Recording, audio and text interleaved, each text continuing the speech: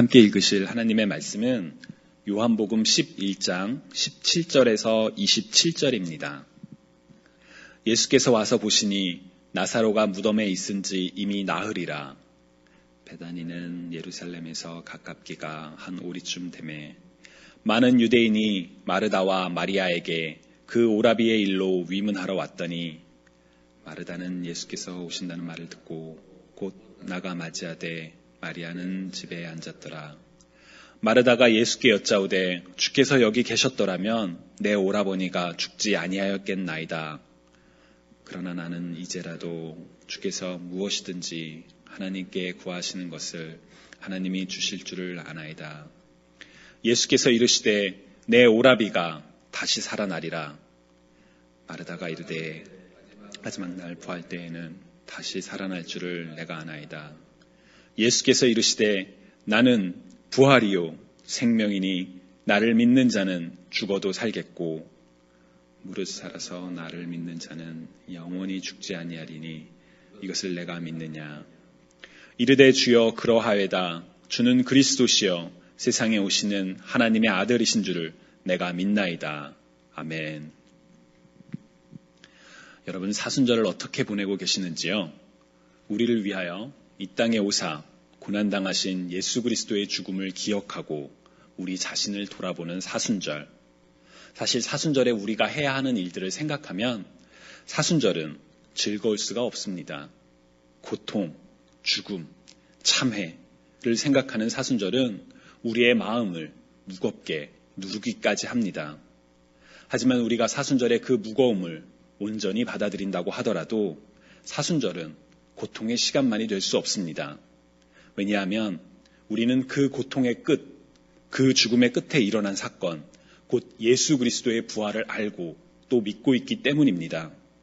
예수 그리스도의 부활이야말로 우리 그리스도인들에게 가장 큰 소망입니다. 인간이라면 누구나 피할 수 없는 절체절명의 종말, 곧 죽음이 끝이 아니라 죽음 이후에 우리가 예수 그리스도의 부활로 말미암아 누리게 될 부활의 삶이 있다는 것이 우리로 하여금 이 세상 속에서 구별된 삶, 소망의 삶을 살아가게 만들기 때문입니다. 여러분, 이 부활의 소망이 있으신지요? 오늘 예수님께서 나사로를 다시 살리신 요한복음 11장 말씀을 통해 부활의 소망을 굳게 붙드시는 저와 여러분이 되시기를 주님의 이름으로 간절히 축원합니다. 오늘 우리가 읽은 요한복음 11장에 죽은 나사로를 예수님께서 다시 살리신 사건은 여러분도 이미 잘 알고 계신 사건일 겁니다. 복음서에서는 예수 그리스도께서 죽은 자를 살리셨던 일이 3번 기록되어 있습니다. 하나는 누가복음 7장에 나인성 과부의 아들을 살리신 일, 또 하나는 누가복음 8장에 회당장 야이로의 딸을 살리신 일, 그리고 나머지 하나가 바로 죽은 나사로를 살리신 일입니다. 죽은 사람을 다시 살게 하는 것, 다시 살리는 일은 그 자체로 놀라운 기적입니다. 하지만 오늘 본문에 기록된 죽은 나사로를 살리신 사건은 앞에 두 사건과는 다르는 확연히 구분되는 점들이 있습니다. 먼저 다른 사건들의 경우 죽은 지 얼마 되지 않은 시점에서 예수님께서 죽은 자를 살려내셨습니다. 나인성 과부의 아들은 사람들이 시체를 메고 나올 때 다시 살리셨고, 회당장 야이로의 딸의 경우에는 병을 고치러 가던 중에 죽었다는 소식이 들었지만 죽지 않고 잔다라고 말씀하신 뒤 다시 살리셨습니다. 하지만 나사로의 경우는 오늘 본문 17절에 기록된 것처럼 나사로가 무덤에 있은 지 이미 나흘이 되던 때였습니다. 당시 유대인들이 가지고 있던 미신 중에 하나는 사람이 죽었을 때 사흘 동안 영혼이 육체 주변을 떠돌며 다시 돌아가기를 기다린다는 것이었습니다.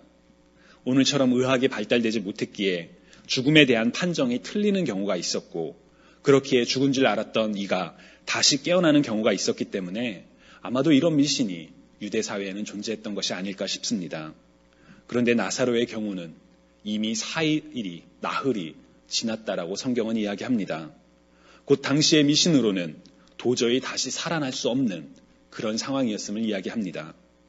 또한 중동 지방의 기후로 인해 시체의 부패가 빨리 진행되곤 했는데 본문 39절을 보면 마르다가 이르기를 주여 죽은 지가 나흘이 되었음에 벌써 냄새가 나나이다 라고 이야기를 합니다.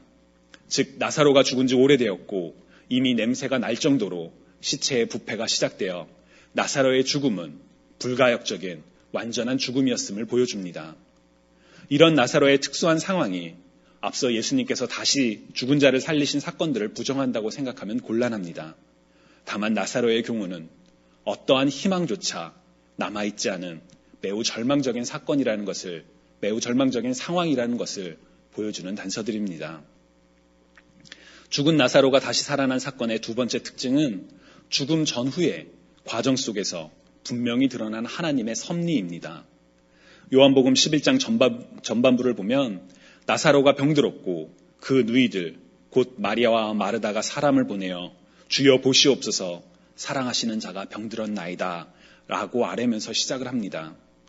이에 예수님께서는 4절에 기록된 것처럼 이 병은 죽을 병이 아니라 하나님의 영광을 위함이요 하나님의 아들이 이로 말미암아 영광을 받게 하려 함이라 라고 답하셨습니다. 곧 나사로의 병과 죽음 그리고 그 죽음을 통해 드러날 하나님의 영광을 이미 분명하게 알고 계셨다는 뜻이지요. 뿐만 아니라 14절과 15절을 보면 이에 예수께서 밝히 이르시되 나사로가 죽었느니라 내가 거기 있지 아니한 것을 너희를 위하여 기뻐하노니 이는 너희로 믿게 하려 함이라 그러나 그에게로 가자 하시니 라고 기록되어 있습니다. 예수님께서는 나사로가 병들었다는 소식을 들으셨음에도 거기서 이틀을 더 유하셨다고 합니다. 그리고 마침내 나사로에게로 가실 때 잠든 나사로를 깨우러 가자라고 제자들에게 말씀하셨고 이에 제자들이 그 말을 곧이곧대로 받아들이자 나사로가 죽었음을 분명히 말씀하신 것이지요. 그리고 이 일로 믿음을 갖게 될 사람들로 인해 기쁘다고 말씀하셨습니다. 어떻게 보면 잘 이해가 가지 않는 부분입니다. 왜 예수님께서는 나사로가 아프다는 소식을 들으셨을 때 바로 그에게로 가시지 않은 것일까? 라는 의문이 생기기도 합니다. 또한 죽은 나사로를 무덤 밖으로 부르기 직전에도 아버지여 내 말을 들으신 것을 감사하나이다. 항상 내 말을 들으시는 줄을 내가 알았나이다. 그러나 이 말씀을 하옵는 것은 무리를 위함이니 곧 아버지께서 나를 보내신 것을 그들로 믿게 하려 함이니이다. 라고 말씀하셨습니다. 즉 이 모든 일들은 예수님께서 나사로의 죽음을 알고 계셨고 그 죽음을 통해 이루어질 일들 역시 알고 계셨다는 것을 분명히 보여줍니다. 그것은 단순히 나사로의 죽음과 다시 살아나는 일을 알고 계셨다는 것을 의미할 뿐 아니라 4절에 기록된 것처럼 하나님의 영광을 위한 하나님의 섭리임을 알고 계셨다는 의미이기도 합니다. 그러나 그 분명한 하나님의 섭리를 알고 계셨음에도 예수님께서는 사랑하는 이를 잃고 슬퍼하며 고통당하는 이들과 함께 애통해 하셨습니다. 요한복음 11장 33절과 35절을 보면 예수님께서 사람들이 우시는 것을 보시고 심령의 비통이 여기시고 불쌍히 여기셨으며 눈물을 흘리셨다고 기록되어 있습니다. 하나님의 뜻을 알고 순종하시면서도 사람들의 고통 속에서 함께 눈물을 흘리며 마음 아파하신 예수님의 사랑을 우리는 알 수가 있습니다. 마지막으로 죽은 나사로를 다시 살리시면서 드러난 세 번째 특징은 분명하게 드러난 부활의 메시지의 선포입니다. 구약 성경에서도 부활, 곧 죽은 자가 다시 살아나는 것에 대한 메시지는 곳곳에서 찾아볼 수가 있습니다. 예를 들어 에스겔서 37장에 기록된 골짜기의 마른 뼈가 생기를 되찾는 장면이나 이사야서 26장 19절에 기록된 것처럼 주의 죽은 자들이 살아날 것이라는 예언을 통해 우리는 부활의 이미지가 예수님이 오시기 전에도 이미 유대 사회에 형성되어 있음을 알 수 있습니다. 그러나 앞서 이야기한 누가복음에서 죽은 자를 다시 살리신 일들을 통하여서도 죽은 자가 다시 살아날 수 있음을 또 우리는 다시 한번 확인할 수도 있었지요. 그러나 예수님께서 나사로를 살리실 때는 그 다른 어떤 사건보다도 아니 이전의 성경 어느 메시지보다도 더 분명한 부활의 소망을 선포하셨습니다. 오늘 본문 21절에서 26절을 보면 예수님께서 마르다를 만나 대화하는 장면이 기록되어 있습니다. 예수님께서 도착했다는 소식이 들리자마자 마르다는 예수님을 향해 달려갔습니다. 사랑하는 가족을 잃은 슬픔 속에서 예수님께 이렇게 말합니다. 주께서 여기 계셨더라면 내 오라버니가 죽지 아니하였겠나이다. 주님이 여기 계시기만 했더라면, 우리와 함께 하시기만 했더라면, 살아계신 하나님의 아들이신 예수 그리스도가 계시기만 했더라면 제 오라비가 죽지 않았을 것이라는 깊은 슬픔 속에서 그녀는 탄식을 했던 것이지요. 그런 그녀를 향해 예수님께서는 내 오라비가 다시 살아나리라고 답하셨습니다. 마르다는 잘 알고 있었습니다.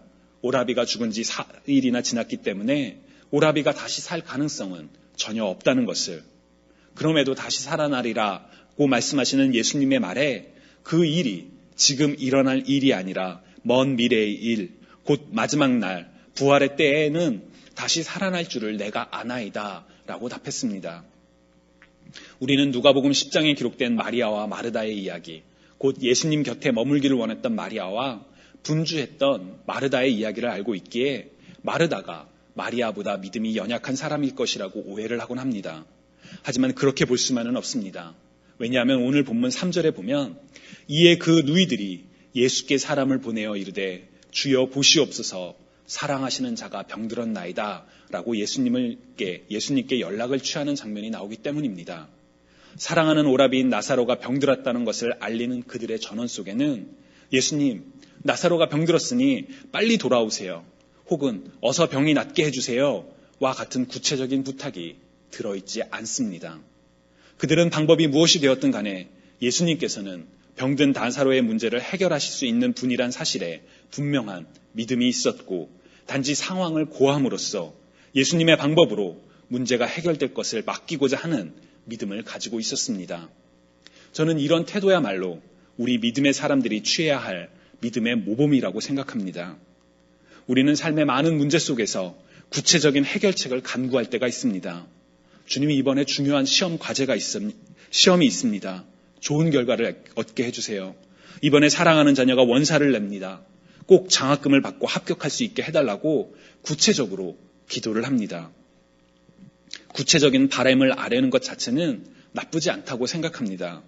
그러나 우리의 하나님이 전능하신 하나님이며 지금의 우리가 예측할 수 없는 미래의 일들도 알고 계신 전지하신 하나님이시라는 것을 믿는다면 우리가 바라는 구체적인 상황을 간구하기보다는 삶의 어려움 속에서 하나님의 은혜를 구하고 하나님의 뜻대로 하나님의 때에 이루어질 것을 구하는 것이 더 바람직한 기도가 되지 않을까요? 나는 지금 당장 취직하고 싶은데 왜 취직이 안 됩니까? 나는 당장 이 관계의 문제를 해결하고 싶은데 왜 해결이 안 되나요? 라고 안타깝게 기도하기보다는 주님, 제 상황을 아시지요. 저는 저를 사랑하시는, 그래서 이 못난 죄인을 위해 당신의 독생자 예수 그리스도를 보내신 하나님의 사랑을 믿사오니 주여 자비와 긍휼을 베풀어 주옵소서라고 기도하는 것이 우리가 하나님께 드려야 할 기도는 아닐까요? 기도에서 내 뜻을 내세우기보다는 온전히 하나님의 뜻이 이루어지기를, 그리고 그 하나님이 가장 선하심을 완벽한 때에 행하실 것을 믿고 의지하는 것이야말로 우리 그리스도인의 가장 큰 믿음이 아닐까요? 마르다와 마리아는 이런 기도를 예수님께 했던 사람들입니다. 나사로의 병든 상황만을 이야기하고 예수님의 구원을 기다렸던 것이지요.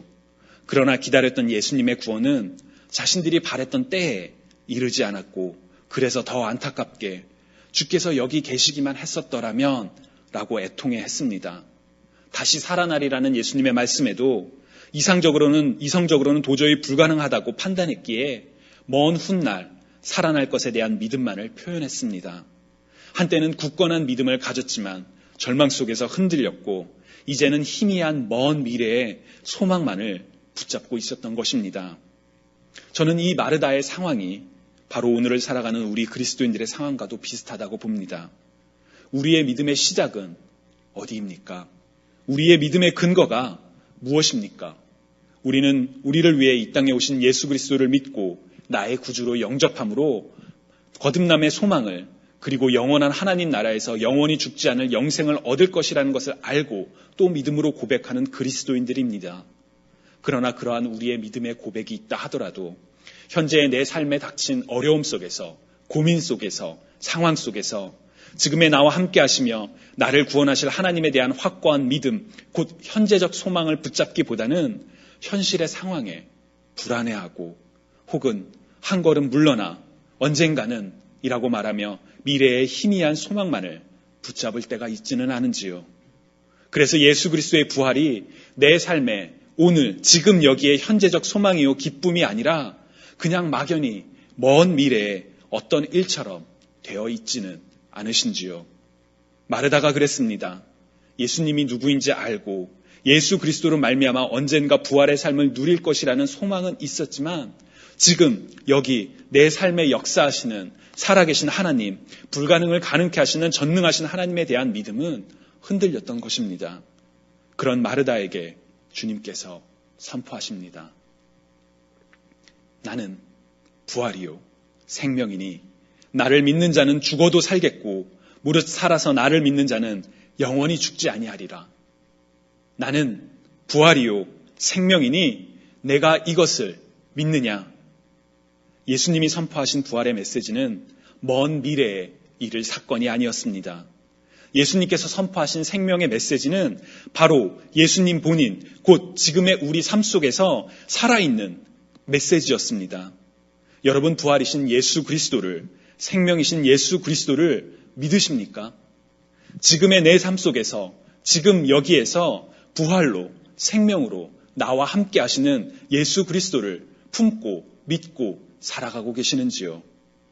우리가 품고 살아가야 할 부활의 소망은 이제 20일 정도 남은 부활절에만 기억하는 소망이 아닙니다. 우리가 간절히 붙잡아야 할 부활의 소망은 먼 미래의 어느 날 경험하게 될 불확실한 것이 아닙니다. 우리가 소망해야 하는 부활은 바로 예수 그리스도, 곧 지금의 나를 새롭게 하시며 변화시킬, 그래서 우리 앞에 펼쳐진 어떠한 불가능한 상황이라 할지라도 그것을 가능케 할 부활의 생명의 지금 여기에 예수 그리스도이십니다. 마르다와 마리아가 이 부활이요 생명이신 예수 그리스도를 믿었을 때 예수 그리스도께서는 죽은 나사로를 상식과 이성으로는 도저히 설명할 수 없는 불가능했던 죽은 나사로를 다시 살리셨습니다.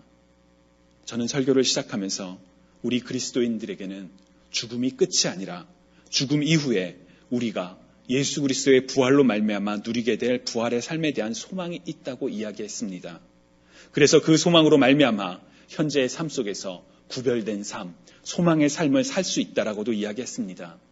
네, 그것은 분명한 사실이며 우리가 품어야 할 소망입니다. 그러나 여러분, 예수 그리스도의 부활은 단지 미래적 사건이 아닙니다. 주님께서는 분명히 선포하십니다. 나는 부활이요 생명이니 내가 나를 믿느냐? 우리의 미래는 물론 현재의 삶 속에서도 부활이요 생명이신 예수 그리스도를 분명히 알고 믿음으로 고백하며 그리고 동행하며 살아가는 저와 여러분이 되시기를 주님의 이름으로 간절히 축원합니다. 우리 주님은 부활이요 생명이십니다. 아멘.